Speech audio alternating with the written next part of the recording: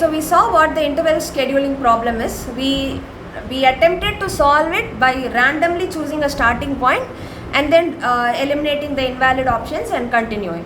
Now, is there a way to strategically solve this? By defining our local optimum, like I said in the beginning. So you're going to come up with some criterion, and then at every step, instead of randomly choosing a job, you're going to use that criterion to choose a job. And if your criterion is properly defined, your ultimate combination of jobs that you end up with will be the optimum. This is what I mean by defining your local optimum. So if you look at this thing here, for your interval scheduling problem, these are some of the choices you can make. At every step, you can choose the job which begins at the earliest time, the job which ends at the earliest time, the job which has the shortest duration, the job which has fewest overlapping or conflicting jobs. So some of these, when you look at them intuitively, it might feel like, yeah, this makes sense, this looks like a good or a sensible choice to make. Some of these might seem like not so suitable.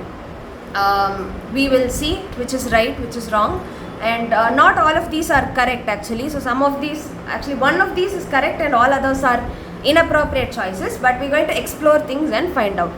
So yeah, these are, so what I want you to take away from this slide is what I mean by defining your local optimum, or in other words, your greedy choice.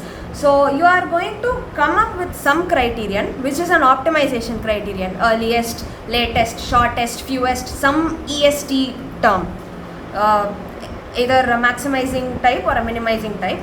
And then at every step, from all the options available to you, you will pick one option which satisfies that criterion defined by you. You will now rule out all options which are invalid. So if you're picking one job, you'll rule out all the overlapping jobs. Then from the remaining options, again you will pick whatever satisfies the criterion. You will rule out the invalid options. You will continue this till your list of options becomes empty. So whatever bunch of options you picked using this criterion, that is your answer. And if your criterion was logically correct, this answer you got will be the optimal solution. That is what greedy algorithms are all about. So the whole idea about greedy is you don't have to screw your brain and think too much like dynamic programming. So dynamic programming, you might have had to put in a lot of effort to crack the optimal substructure. Here it's very easy to intuitively. So when I say interval scheduling, you look at these things intuitively, they sort of make sense. I mean, they might seem like right or wrong, but it's not difficult to come up with these definitions on your own once you know what you're talking about. So that is the easy part. The difficult part is validating whether these choices are logically correct or not, which is what we're going to see now. So before we validate, we need to know what correct means. So greedy algorithm works as follows.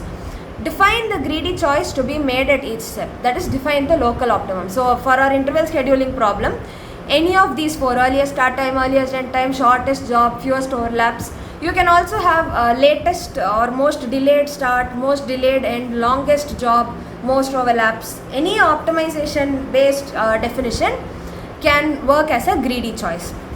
For example, let's say we choose fewest overlaps first. At each step, the option which satisfies the greedy choice is picked. So in this case, at every step you will pick the job with fewest overlaps. You will eliminate all the conflicting jobs. You will repeat until your list of jobs becomes empty. So define the greedy choice, pick the element that satisfies this choice, and remove anything that is invalid at each step, and keep repeating. It is important to note that the greedy choice must be defined properly, otherwise you will end up with a suboptimal solution. This is what I've been reiterating. And what do I mean by defining properly? What is an example of a suboptimal solution? We will see now. So yeah, what do we mean by a properly defined greedy choice? So one that will lead us to the global optimal and not get stuck with local optima. So for example, let us say we are working with the coin change problem. So you know what the coin change problem is. You have some denominations, you have an exchange value, you have to make up that many rupees using these denominations with as few coins or as few notes as possible.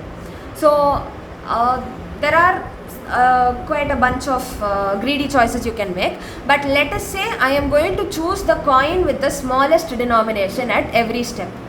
Obviously you can tell me that this is a very stupid choice to make, because if I want to make say 10 rupees, I have the denominations 1, 2 and 5. If I want to make it using fewest coins, I have to choose the largest denomination as many times as I can. I have to choose 5 and 5. If I am going to choose 1, 1, 1, 1, 1, I will need 10 coins. So sometimes when I make a greedy choice like this, you can just look at it and tell me it's a very stupid or illogical choice to make.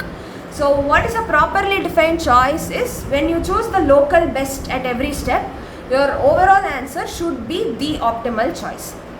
If it is not, so if I choose something like smallest denomination coin first for your coin change problem, it is an inaccurate or suboptimal or inappropriately defined greedy choice.